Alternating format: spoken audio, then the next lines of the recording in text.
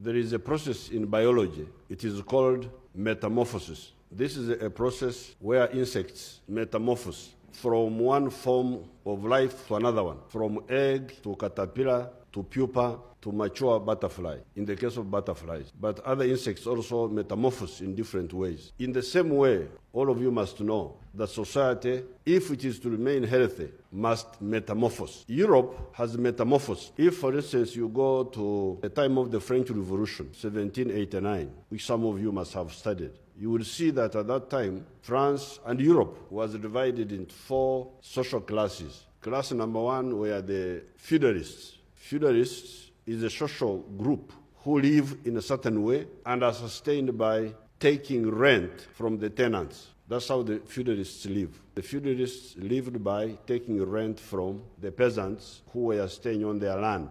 Then the second group were, in the French language, they were calling them the bourgeoisie, or the middle class. Now, the middle class were living on different diet. They were being sustained by profit. Profit is the difference between the cost of a product, what it takes you to produce a product, and the price at which you sell that product. The difference is called profit. Now, the bourgeoisie live on profits. If they don't make profits, they will decline as bourgeoisie and become something else. Now, at that time, the third class, which was emerging, was the industrial working class. In the French language, they were called the proletariat. Those ones depended on wages. They don't depend on profit because they are not owners of means of production, but they depend on selling their labor and being paid for that labor. Then the final group were the peasants. These were the people who were on the land, and those ones depended on their sweat minus what the landlords took.